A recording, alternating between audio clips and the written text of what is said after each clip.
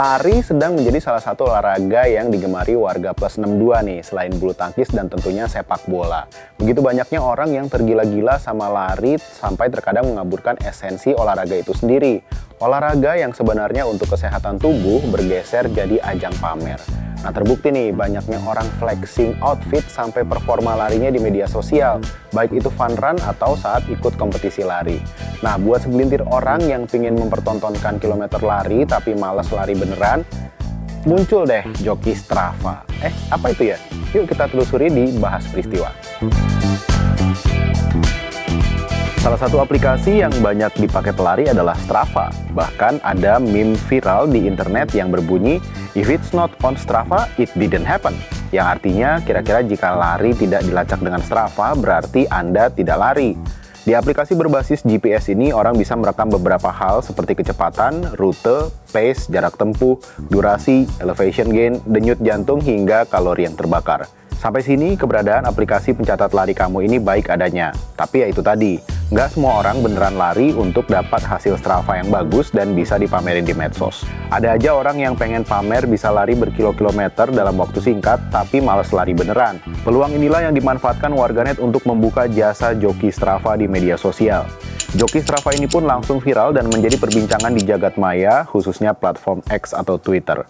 Joki Strava bekerja dengan dua cara. Pertama, joki fisik. Joki ini langsung melakukan aktivitas olahraga seperti berlari atau bersepeda atas nama pengguna yang menyewa jasanya.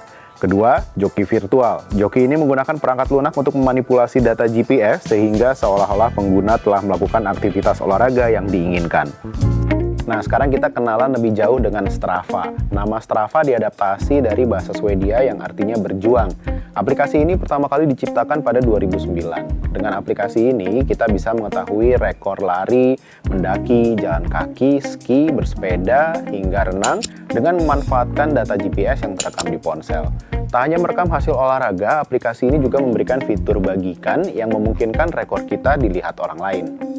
Strava memanfaatkan gabungan teknologi modern, big data analysis, cloud compute, komunitas, dan media sosial yang menjadikannya salah satu aplikasi yang cukup digandrungi warganet. Nah, bagaimana pendapat seorang pelari profesional terkait perkembangan teknologi yang mendukung performa pada saat lari? Jadi menurut aku sih, ya perkembangan teknologi cukup maksudnya sebenarnya untuk prestasi seseorang atlet lebih bagus ya, karena kan jadinya sport science bisa diaplikasikan di situ dan memang dengan adanya teknologi itu jadinya bisa memacu kita untuk bisa lebih baik gitu. Nah, fenomena joki Strava jadi perbincangan hangat karena sebagian warganet menganggap jasa tersebut melanggengkan kebutuhan berlebihan seseorang untuk mendapatkan validasi dan pujian dari orang lain.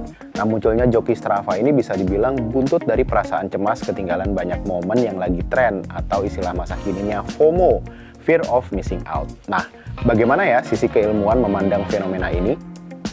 Indikator perilaku itu berubah dari luring menjadi daring gitu ya. Nah, dalam hal ini disebut dengan perilaku yang termediasi. Nah, perilaku yang termediasi inilah yang kemudian mengubah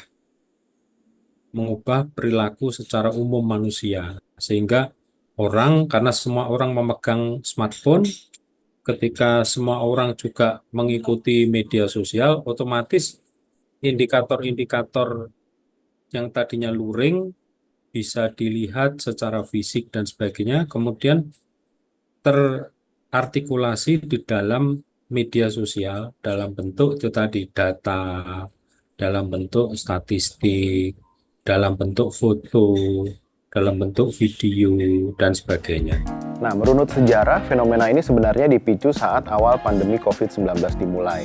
Berbagai ajang lomba lari on spot terpaksa ditiadakan karena pembatasan pergerakan warga.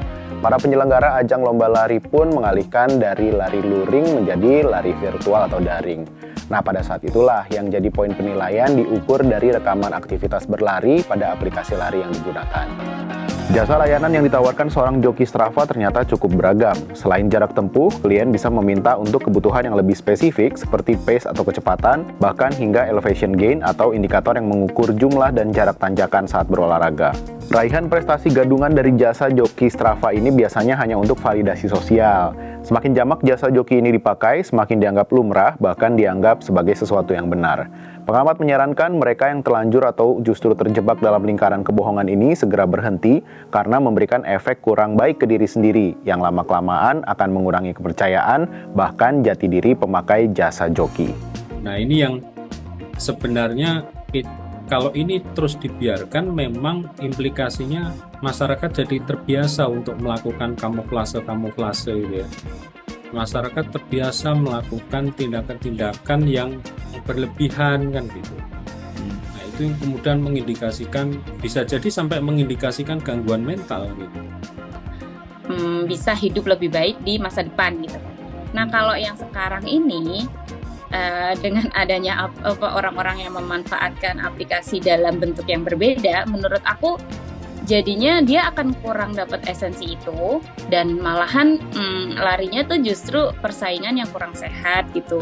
Jadi akan muncul orang-orang yang dia lupa bahwa esensi dari sebuah running itu adalah untuk kesehatan gitu. Jadinya akan keluar jalur, jadinya sebuah persaingan ya. Jadi walaupun pertandingan sama dengan persaingan, tapi harusnya kita bisa memandang itu sebagai persaingan yang sehat gitu loh. Nah, penting untuk diingat bahwa esensi dari olahraga terletak pada proses dan usaha yang dilakukan, tak melulu berorientasi pada hasil yang dicapai. Nah, lebih baik fokus pada pengembangan diri dan nikmati aja prosesnya, ketimbang mencari validasi lewat cara yang gak jujur. Hindari kejebak dalam tren perjokian ini dan fokuslah pada perjalanan kebugaran yang otentik dan bermanfaat bagi diri sendiri. Selamat berolahraga!